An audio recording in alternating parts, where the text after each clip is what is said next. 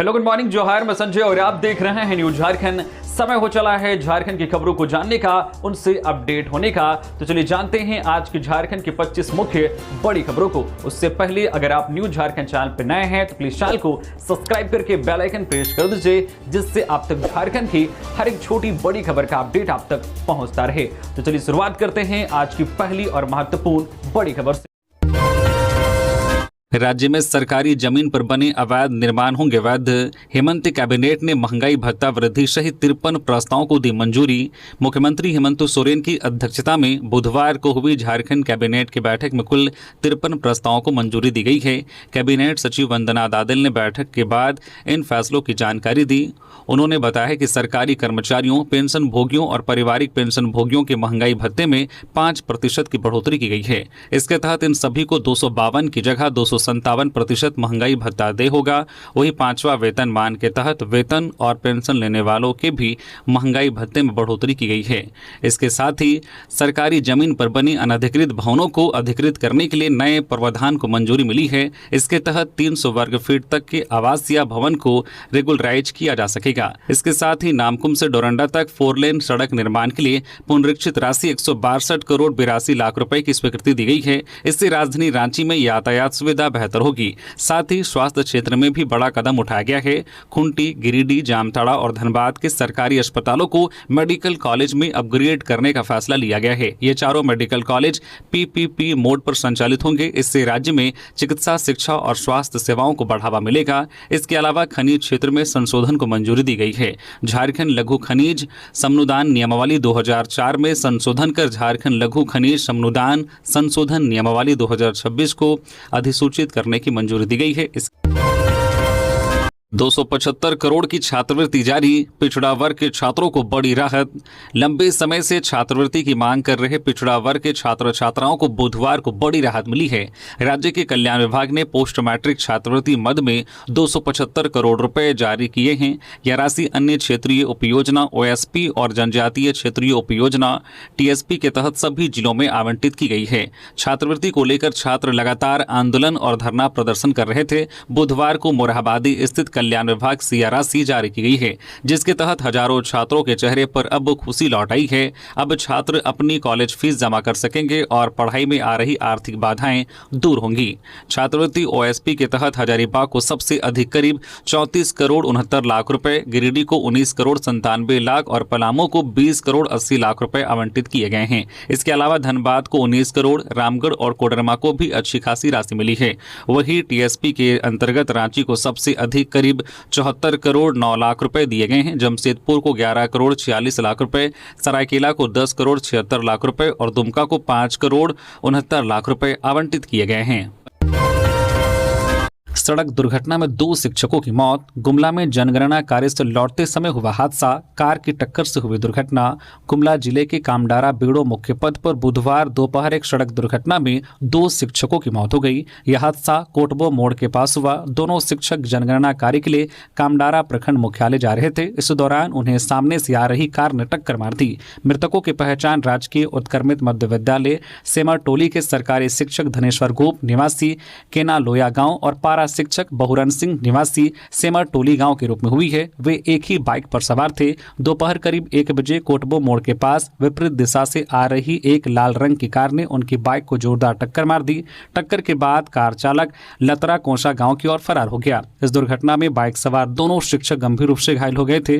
दुर्घटना की सूचना मिलते ही कामडारा पुलिस टीम मौके पर पहुंची। स्थानीय ग्रामीणों की मदद से घायल शिक्षकों को सीएचसी कामडारा में भर्ती कराया गया। हालांकि उनकी गंभीर स्थिति को देखते हुए चिकित्सकों ने उन्हें बेहतर इलाज के लिए रेफर कर दिया। घायल धनेश्वर गोप की मौत रांची रिम्स ले जाने के दौरान रास्ते में हो गई। वही बहुरन सिंह को ऑक्सीजन सपोर्ट पर गुमला सदर अस्पताल रेफर किया गया था, लेकिन उन्होंने भी रास्ते में दम तोड़ दिया। चाईबासा में तेज रफ्तार ट्रैक्टर तालाब में गिरा, 2 युवकों की दबकर मौत। ट्रैक्टर की सर्विसिंग कराकर लौटते वक्त हुआ हादसा। पश्चिमी सिंहभूम जिले के मुफस्सिल थाना क्षेत्र के पंपाड़ा कंकोशी में बुधवार को एक ट्रैक्टर दुर्घटना में 2 युवकों की मौत हो गई। यह घटना तब हुई जब एक तेज रफ्तार ट्रैक्टर सड़क किनारे तालाब में जा गिरा। जानकारी के अनुसार समीर बारदा 23 वर्षीय ट्रैक्टर चला रहा था और परमेश्वर तियू 15 वर्षीय उसके साथ सवार था। दोनों ट्रैक्टर की सर्विसिंग कराकर लौट रहे थे। तेज गति में होने के कारण सड़क किनारे गड्ढे गड्ढे से बचने के प्रयास में चालक ने ट्रैक्टर से नियंत्रण खो दिया। अनियंत्रित ट्रैक्टर सीधे सड़क किनारे स्थित तालाब में जा गिरा। ट्रैक्टर के तालाब में गिरते ही दोनों युवक उसके नीचे दब गए और पानी में डूबने से उसकी मौत हो गई। मृतकों की पहचान राजधनवार थाना क्षेत्र के बालीडी गांव निवासी समीर बारदा 23 वर्षीय और परमेश्वर तियू 15 वर्षीय के रूप में हुई है। झारखंड में शुरू होगी वाल्मीकि छात्रवृत्ति योजना। अनाथ व दिव्यांग छात्रों की ट्यूशन फीस देगी सरकार। झारखंड सरकार ने उच्च एवं तकनीकी शिक्षा प्राप्त कर रहे अनाथ और दिव्यांग छात्रों के लिए बड़ी पहल करते हुए वाल्मीकि छात्रवृत्ति योजना शुरू करने का निर्णय लिया है। यह योजना शैक्षणिक सत्र 2026-27 से लागू होगी। इसके तहत छात्रों की ट्यूशन फीस सरकार द्वारा वहन की जाएगी। योजना के लिए ऑनलाइन आवेदन प्रक्रिया 1 मई 2026 से शुरू होगी। यह योजना मुख्य रूप से उच्च एवं तकनीकी शिक्षा विभाग की है, जिसमें समाज कल्याण एवं महिला बाल विकास विभाग के साथ कल्याण विभाग भी सहयोग करेगा। योजना के तहत सरकार एक छात्र की ट्यूशन फीस के रूप में प्रतिवर्ष अधिकतम 10 लाख रुपए तक वहन करेगी। इससे अधिक खर्च होने पर अतिरिक्त राशि छात्र को स्वयं देनी होगी। वही हॉस्टल, भोजन और अन्य खर्च छात्रों को खुद उठाने होंगे।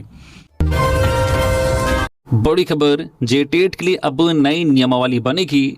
जेटेट के लिए बनी नई नियमावली को सरकार ने रद्द कर दिया है। अब फिर से नई नियमावली बनेगी। जानकारी के मुताबिक कैबिनेट की बैठक में 2 मंत्रियों द्वारा जेटेट के लिए भोजपुरी, मगही और अंगिका समेत कई भाषाओं को शामिल नहीं करने का मामला उठाया। इसके बाद मुख्यमंत्री हेमंत सोरेन ने नई नियमावली को रद्द करने का फैसला लिया। उल्लेखनीय है कि नई नियमावली में भोजपुरी, मगही, अंगिका समेत कई स्थानीय भाषाओं को सूची से हटा दिया गया था। इसे लेकर राज्य भर में विरोध प्रदर्शन हो रहे थे। कई विधायकों व पूर्व विधायकों ने भी नाराजगी जताई थी। पलामू प्रमंडल में भी तेज विरोध था। झारखंड के 10 जिलों में 17 अप्रैल को लू का येलो अलर्ट। मौसम विभाग ने दी चेतावनी। इन जिलों में छिटपुट बारिश। तो झारखंड में अगले 5 दिनों में तापमान और बढ़ने की संभावना है। इसे देखते हुए मौसम विभाग ने राज्य के कई जिलों में लू को लेकर अलर्ट जारी किया है। अगले 5 दिनों में अधिकतम तापमान में 3 से 5 डिग्री सेल्सियस और बढ़ने की संभावना जताई गई है। मौसम विभाग ने 17 और 18 अप्रैल को रांची, खुंटी, पश्चिमी सिंहभूम, पूर्वी सिंहभूम, सिमडेगा, गुमला, लोहरदगा, लातेहार, पलामू, गढ़वा, चतरा और सरायकेला खारसवा में लू चलने की संभावना जताई है। इन क्षेत्रों में दोपहर के समय गर्म हवाएं लोगों को परेशान कर सकती है। विभाग ने लोगों को विशेष सतर्कता बरतने की सलाह दी है। खासकर बच्चों, बुजुर्गों और बाहर काम करने वाले लोगों को धूप से बचने की अपील की गई है। हालांकि 17 अप्रैल को राज्य के उत्तर पूर्वी हिस्सों में आंशिक बादल छाए रहने और कहीं कहीं गर्जन के साथ हल्की बारिश की संभावना जताई गई है। अन्य इलाकों में भी आंशिक बादल छाए रह सकते हैं, लेकिन इसका गर्मी पर ज़्यादा असर नहीं पड़ेगा। 19 अप्रैल से पूरे राज्य में आसमान साफ रहने और मौसम शुष्क बने रहने का पूर्व अनुमान है। इसका मतलब है कि आने वाले दिनों में गर्मी और अधिक तीखी हो सकती है। सारंडा में भीषण मुठभेड़, कोबरा के 5 जवान घायल। रांची एयरलिफ्ट माओवादी विरोधी अभियान जारी। झारखंड के पश्चिमी सिंहभूम जिले के घनघोर सारंडा जंगल में बुधवार को सुरक्षा बलों और माओवादियों के बीच हुई भीषण मुठभेड़ में कोबरा बटालियन 205 के इंस्पेक्टर सत्य प्रकाश समेत 5 जवान गंभीर रूप से घायल हो गए। यह मुठभेड़ छोटा नागरा और जरायकेला थाना क्षेत्र की सीमा पर बलीबा गांव से करीब 2 किलोमीटर दूर बाबू डेरा, दलाई डेरा और चड्रा डेरा के पहाड़ी क्षेत्रों में हुई, जहां दोनों ओर से लगभग 3 घंटे तक रुक रुक कर गोलीबारी होती रही। सुरक्षा बल माओवादी विरोधी अभियान के तहत इलाके में सर्च ऑपरेशन चला रहे थे। इसी दौरान बुधवार सुबह करीब 10 बजे माओवादियों से आमना सामना हो गया, जिसके बाद दोपहर करीब 2 बजे तक फायरिंग जारी रही। मुठभेड़ के दौरान इंस्पेक्टर सत्यप्रकाश आईडी विस्फोट में घायल हो गए, जिन्हें कमर में गंभीर चोट आई है। वही जवान शैलेश कुमार दुबे को गर्दन, उत्तम कुमार सेनापति को हाथ और जितेंद्र राय को पैर में गोली लगी है। एक अन्य जवान प्रेम कुमार भी घायल हुए हैं। घटना के बाद सुरक्षा बलों ने तत्काल रेस्क्यू ऑपरेशन चलाया। घायल इंस्पेक्टर समेत 4 जवानों को बालीबा गांव से एयरलिफ्ट कर शाम करीब 5:15 पर बेहतर इलाज के लिए रांची भेजा गया, जबकि एक घायल का स्थानीय स्तर पर इलाज जारी है। घायलों में एक की स्थिति गंभीर बताई जा रही है। सुरक्षा बलों के अनुसार मुठभेड़ के दौरान माओवादियों को भी नुकसान पहुंचा है। अब तक किसी प्रकार की बरामदगी नहीं हो सकी है, जिससे माओवादियों के नुकसान का आकलन नहीं हुआ है। हेमंत कैबिनेट की बैठक में इन महत्वपूर्ण प्रस्तावों पर भी लगाई मुहर।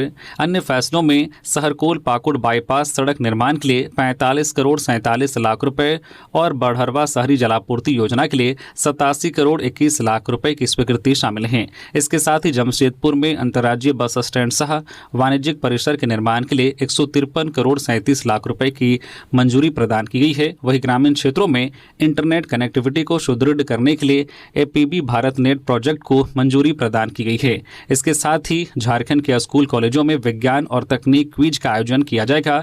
8वीं कक्षा से लेकर पॉलिटेक्निक के छात्र इसमें हिस्सा ले सकेंगे। क्विज में रोबोटिक्स और एआई से जुड़े प्रश्न पूछे जाएंगे। वहीं सर ज्ञान चंद्र घोष के नाम पर राज्य में गणित दिवस मनाया जाएगा। झारखंड में रोबोटिक्स फेस्टिवल का आयोजन किया जाएगा। इसके साथ ही SC/ST कानून के तहत रांची, धनबाद और पलामू में अलग से कोर्ट की व्यवस्था होगी। इसके अलावा भी कई महत्वपूर्ण प्रस्तावों को मंजूरी दी गई है। देवघर के बाबा वैद्यनाथ मंदिर में मोबाइल व बैग ले जाने पर रोक, लॉकर में रखना होगा सामान।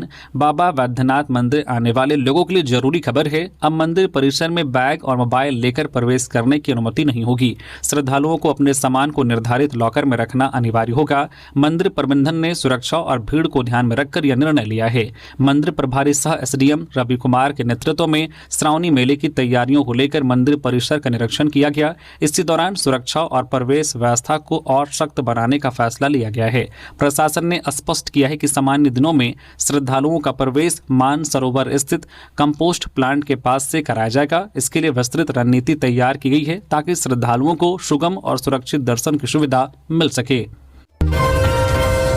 पुष्पा हत्याकांड जांच की धीमी रफ्तार से हाईकोर्ट नाराज, DGP और SP समेत पूरी जांच टीम तलब।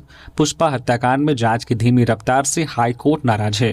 कोर्ट ने इस मामले में DGP और SP समेत पूरी जांच टीम को तलब किया है। हाईकोर्ट ने राज्य के DGP, FSL निदेशक, बोकारो SP और पूरी SIT टीम को गुरुवार सुबह 10:30 बजे अदालत में व्यक्तिगत रूप से उपस्थित होने का आदेश दिया है। झारखंड के बोकारो जिले की 18 वर्षीय युवती के 9 महीने से लापता होने के मामले में झारखंड हाईकोर्ट ने सख्त रुख अपनाया है। अदालत ने इस मामले में जांच की सुस्त रफ्तार और बरामद कंकाल की DNA जांच अब तक न कराए जाने पर राज्य सरकार और पुलिस प्रशासन को कड़ी फटकार लगाई है। बोकारो में मालगाड़ी के 4 वैगन पटरी से उतरे, धनबाद बरकाकाना रेल खंड पर परिचालन बाधित। धनबाद रेल मंडल पूर्व मध्य रेलवे के डुमरी विहार रेलवे स्टेशन के पास बुधवार को एक मालगाड़ी MTPC के 4 वैगन पटरी से उतर गए। इस घटना के बाद रेल प्रशासन में हड़कंप मच गया। हालांकि इस घटना में किसी के हताहत होने की खबर नहीं है, जिससे एक बड़ा रेल हादसा टल गया है। यह हादसा डुमरी विहार स्टेशन के पास बने यार्ड लाइन नंबर 7 में उस समय हुआ जब मालगाड़ी अपनी गति में थी।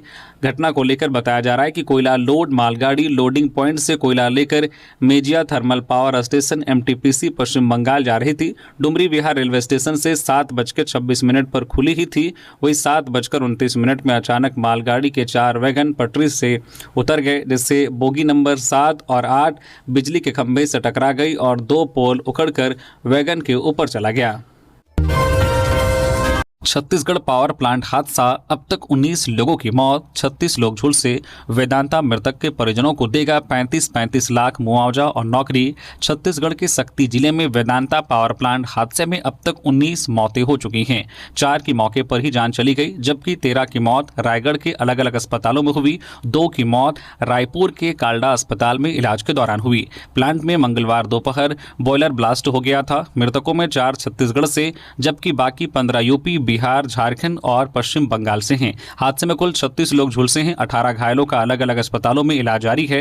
हादसे के बाद प्लांट के बाहर मजदूर के परिजनों ने हंगामा किया। उन्होंने प्रबंधन पर कार्रवाई और मुआवजे की मांग की। कुछ मजदूर लापता हैं। परिजनों का कहना है कि प्रबंधन कोई जानकारी नहीं दे रहा है। वही कलेक्टर अमृत प्रकाश तोपनो ने मजिस्ट्रियल जांच के आदेश दिए हैं। इधर वेदांता प्रबंधन ने मृतक परिजनों को 35-35 लाख सहायता राशि और नौकरी देने का ऐलान किया है। घायलों को 15-15 लाख रुपए दिए जाएंगे। इससे पहले पीएमओ ने मुआवजे की घोषणा की थी। पीएम NRF से हर मृतक के परिवार वालों को 2-2 लाख रुपए और घायलों को 50,000 रुपए दिए जाएंगे। मुख्यमंत्री विष्णुदेव साय ने घटना पर दुख जताया है। उन्होंने कहा कि दोषियों पर सख्त कार्रवाई की जाएगी। साथ ही मृतकों के परिवार वालों को 5-5 लाख रुपए और घायलों को 50,000 रुपए देने का ऐलान किया है। पलामू में ट्रैक्टर से कुचलकर 3 साल के बच्चे की मौत। हुसैनाबाद में घर के बाहर खेलते वक्त हुआ हादसा, कुछ दूर जाकर ट्रैक्टर पलटा, चालक फरार। पलामू जिले के हुसैनाबाद थाना क्षेत्र के बिशुनपुर गांव में बुधवार को एक सड़क हादसे में 3 साल के बच्चे की मौत हो गई। एक अनियंत्रित ट्रैक्टर ने सड़क किनारे खेल रहे बच्चे को कुचल दिया, जिससे उसकी मौके पर ही मौत हो गई। मृतक बच्चे की पहचान रंजीत पासवान के पुत्र रामलला कुमार के रूप में हुई है। बताया जा रहा है कि बच्चा अपने घर के बाहर खेल रहा था, तभी तेज रफ्तार से आ रहे ट्रैक्टर ने उसे अपनी चपेट में ले लिया।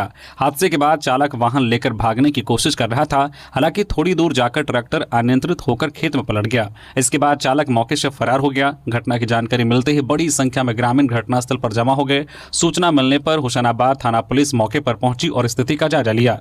पुलिस ने ट्रैक्टर को जब्त कर लिया है। बच्चे के शव को पोस्टमार्टम के लिए अस्पताल भेजा गया और बाद में परिजनों को सौंप दिया गया। स्थानीय लोगों ने प्रशासन से आरोपी चालक की जल्द गिरफ्तारी और उचित मुआवजे की मांग की है।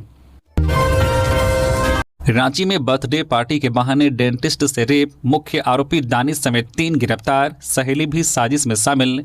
रांची में जमशेदपुर निवासी डेंटिस्ट के साथ नशीला पदार्थ खिलाकर रेप करने के मामले में पुलिस ने उसकी कथित सहेली ओली विश्वकर्मा समेत 3 लोगों को गिरफ्तार किया है। गिरफ्तार आरोपियों में दानिश और फवाद नाम का युवक शामिल हैं। पीड़िता ने दानिश पर नशीला पदार्थ खिलाकर उसकी सहेली ओली विश्वकर्मा के फ्लैट में रेप करने का आरोप लगाया था। पीड़िता ने शिकायत में बताया था कि ओली विश्वकर्मा ने उसे बर्थडे पार्टी के बहाने फ्लैट में बुलाया था, जहां अन्य लड़कियों के भी शामिल होने का दावा किया गया था। पुलिस ने बताया कि पीड़िता की शिकायत पर कार्रवाई करते हुए 2 मुख्य आरोपियों दानिश और फवाद को बंगाल के खड़गपुर से गिरफ्तार किया गया है। वहीं इस केस में 26 वर्षीय ओली विश्वकर्मा को भी पकड़ा गया है। पुलिस ने तीनों को न्यायिक हिरासत में जेल भेज दिया है। पुलिस ने बताया कि इस केस में एक अन्य आरोपी की तरह से उसे गिरफ्तार करने का प्रयास किया जा रहा है। पुलिस ने जानकारी दी है कि रेप केस में मुख्य आरोपी 27 वर्षीय दानिश रांची के हिंदे पीढ़ी का रहने वाला है। वही 27 वर्षीय फवाद मलिक लोअर बाजार थाना क्षेत्र अंतर्गत आजाद बस्ती पत्थल कुदवा का निवासी है। वही 26 वर्षीय ओली विश्वकर्मा रांची के जगन्नाथपुर थाना क्षेत्र के दिनकर नगर की रहने वाली है। चतरा में नक्सलियों को चेतावनी, सरेंडर करें या कार्रवाई के लिए रहें तैयार। डीआईजी चतरा जिले में कानून व्यवस्था को लेकर हजारीबाग रेंज के डीआईजी अंजनी कुमार झा ने समीक्षा बैठक की है। बैठक में जिले के सभी वरीय पुलिस अधिकारी मौजूद रहे, जहां नारकोटिक्स, नक्सल गतिविधियों और गैंग नेटवर्क के खिलाफ चल रही कार्रवाई की विस्तार से समीक्षा की गई। बैठक में Chatra SP Sumit Kumar Agarwal, Simaria SDPO Shubham Khandelwal, DSP मुख्यालय अमिता लकड़ा, एसडीपीओ सदर संदीप सुमन सहित तमाम पुलिस पदाधिकारी शामिल हुए। इस बैठक में डीआईजी ने साफ निर्देश दिया है कि ऑर्गेनाइज्ड क्राइम और गैंग नेटवर्क को जड़ से खत्म किया जाए।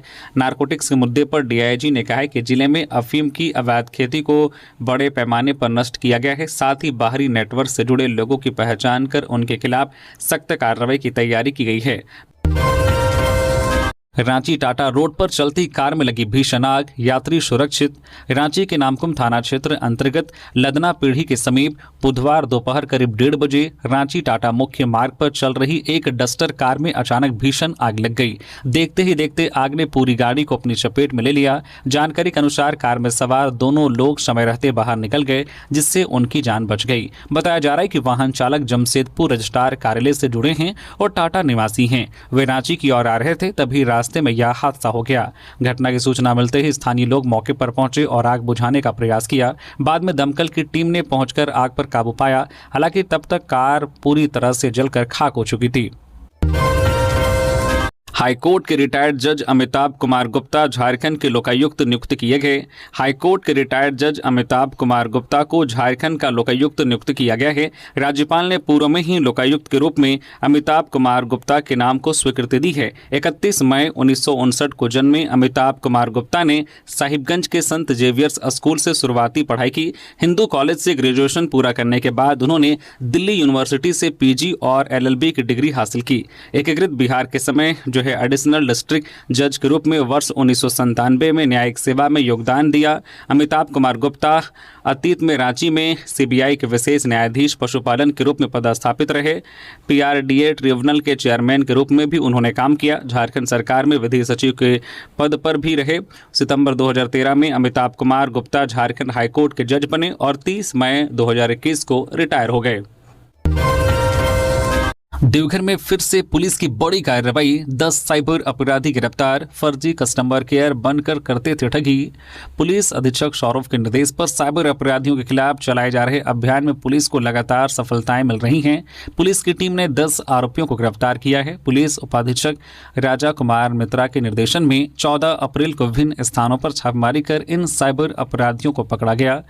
पुलिस को गुप्त सूचना मिली थी कि कुछ आरोपी फर्जी फ्लिपकार्ट, अमेजॉन, फोनपे, पेटीएम व एयरटेल पेमेंट बैंक के कस्टमर केयर पदाधिकारी बनकर लोगों को ठगी कर रहे हैं।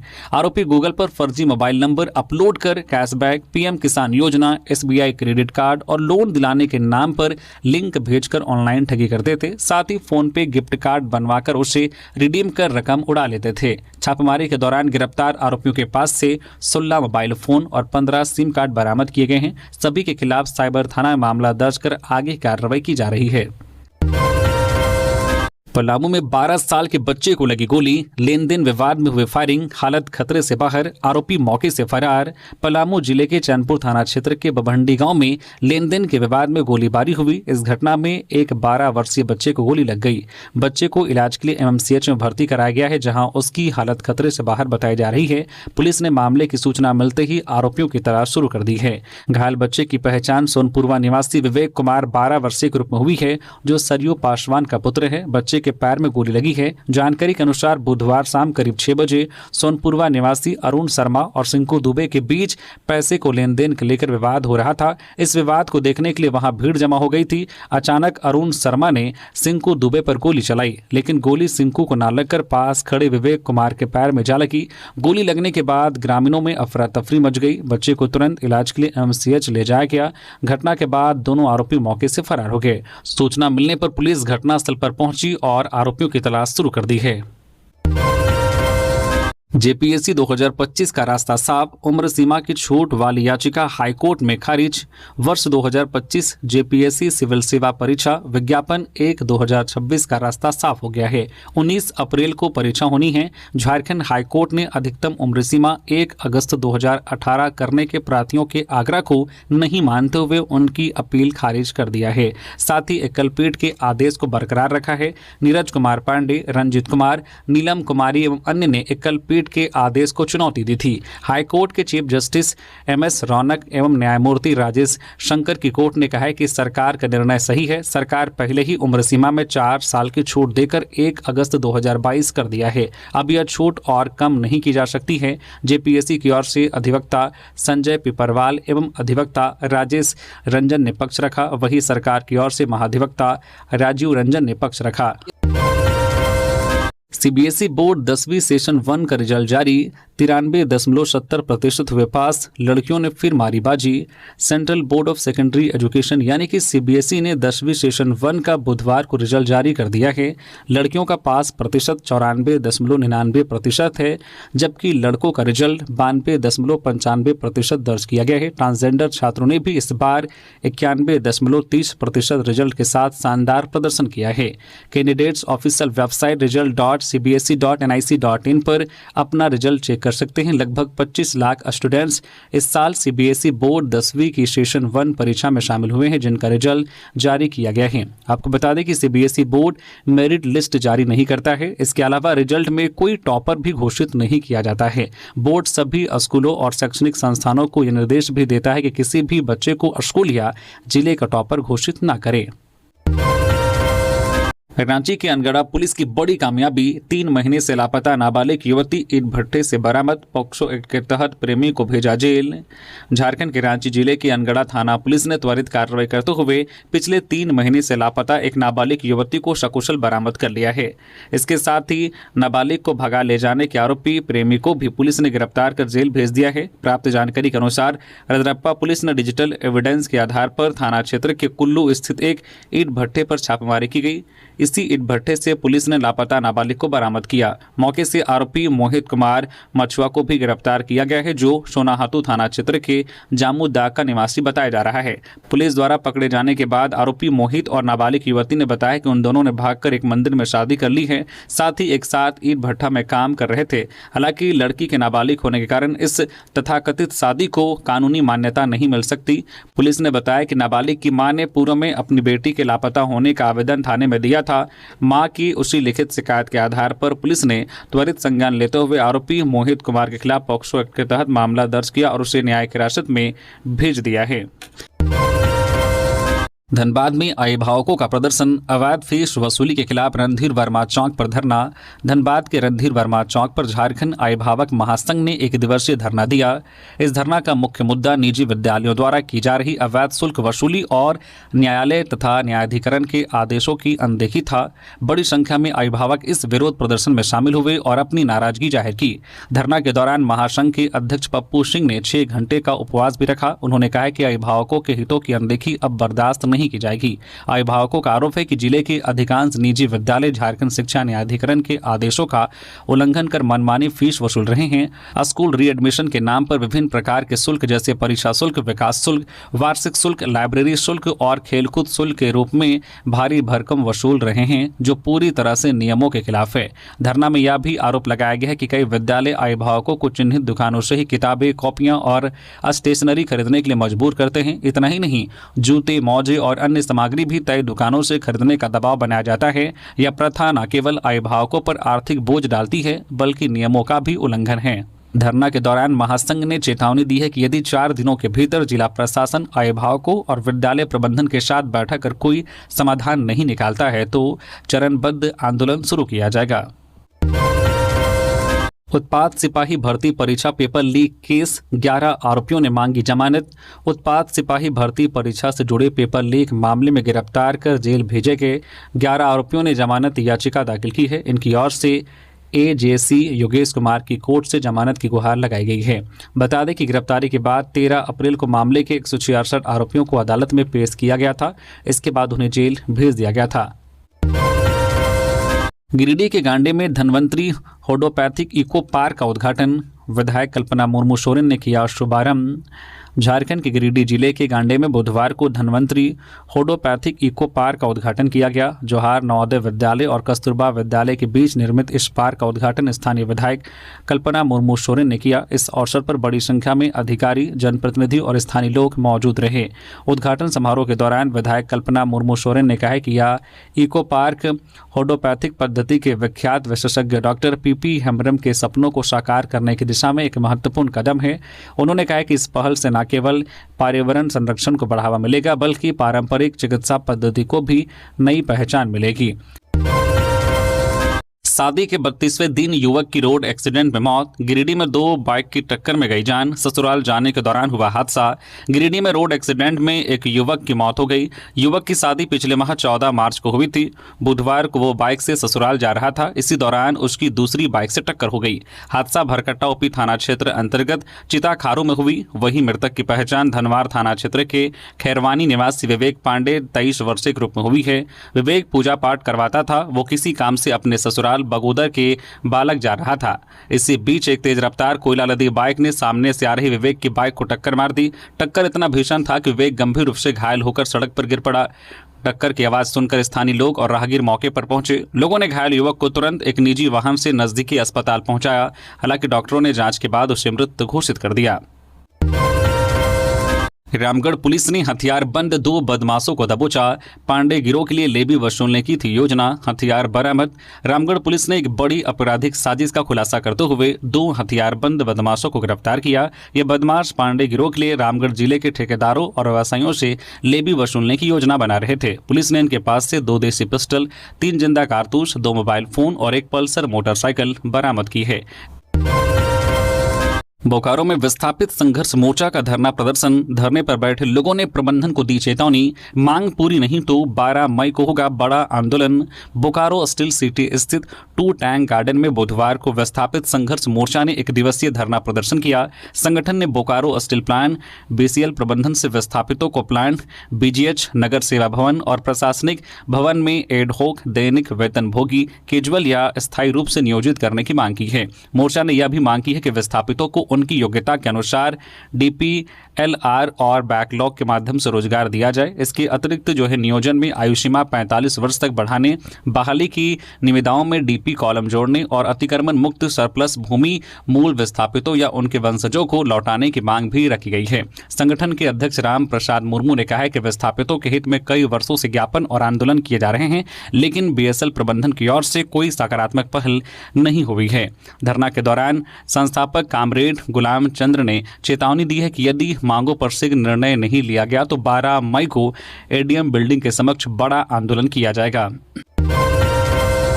साहिबगंज में अवैध खनन के आरोपी दाऊ यादव को झटका, हाईकोर्ट ने खारिज की अग्रिम जमानत याचिका।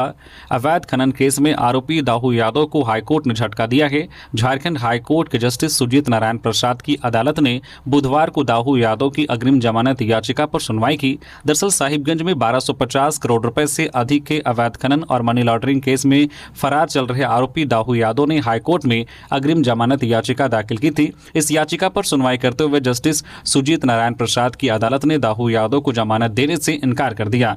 गौरतलब है कि साहिबगंज में अवैध खनन की जांच CBI भी कर रही है, वहीं मनी लॉन्ड्रिंग के एंगल से मामले की जांच ED के माथत चल रही है। इस केस में दाऊ यादव एक बार पूछताछ के लिए हाजिर हुआ था। ED ने बाद में कई बार और भी समन किया, लेकिन दाऊ यादव नहीं आया। ED ने दाऊ यादव को फरार घोषित किया हुआ है और साहिबगंज पुलिस को उसकी तलाश है। गुमला में धारदार हथियार से निर्मम हत्या, बेटी के साथ महुआ चुनने गया था, 2 दिन बाद मिला नाले में शव। गुमला के घाघरा थाना क्षेत्र के बिमराला पंचायत के बियार गांव में एक व्यक्ति की धारदार हथियार से निर्मम हत्या का मामला सामने आया है। मृतक 2 दिन पहले अपनी बेटी के साथ महुआ चुनने के लिए अपने खेत गया था, लेकिन देर शाम तक घर वापस नहीं लौटा।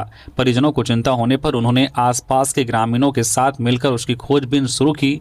लगातार तलाश के बाद ग्रामीणों ने महुआ के पेड़ से कुछ दूरी पर नाले में उसका शव बरामद किया। शव पर गले और पेट के पास धारदार हथियार से वार के गहरे निशान पाए गए हैं। घटना की सूचना मिलते ही ग्रामीणों ने पुलिस को जानकारी दी, जिसके बाद पुलिस मौके पर पहुंचकर मामले की जांच में जुट गई है। जल्द ही SHG की दीदियां करेंगी AI का इस्तेमाल। रांची में कार्यशाला का उद्घाटन करते हुए बोली मंत्री दीपिका, तकनीक को पहुंचाएंगे गांवों तक। ग्रामीण विकास एवं पंचायती राज मंत्री दीपिका पांडे सिंह ने कहा है कि जल्द ही झारखंड में स्वयं सहायता समूह SHG से जुड़ी दीदियां AI का इस्तेमाल करने लगेंगी। मंत्री ने कहा है कि आधुनिकता के इस दौर में तकनीक एक साधन है जो काम को आसान बनाती है, पर वो मनुष्य की जगह कभी नहीं ले सकती। आज आर्टिफिशियल इंटेलिजेंस AI को समझने और उसका बेहतर उपयोग करने की जरूरत है। आज भले ही अधिकारी पदाधिकारी इसका प्रशिक्षण ले रहे हैं, मगर जिस दिन SHG से जुड़ी दीदियां इसका उपयोग करने लगेंगी तब ये सही मायने में सफल साबित होगा। मंत्री दीपिका रांची के होटल स्थित SIRD सभागार में JSLPC द्वारा कर्मचारियों की कार्यक्षमता बढ़ाने के साथ AI जैसी तकनीक की जानकारी पर आयोजित 2 दिवसीय कार्यशाला को संबोधित कर रही थी। JSLPC ने कुल 6 प्रशिक्षण कार्यक्रम के जरिए 450 प्रतिभागियों को प्रशिक्षित करने का लक्ष्य रखा है, जिसके तहत 2 दिवसीय कार्यशाला आयोजित किए जा रहे हैं। मां छिन्नमस्तिका मंदिर परिसर के दुकानदारों के पुनर्वास का आदेश।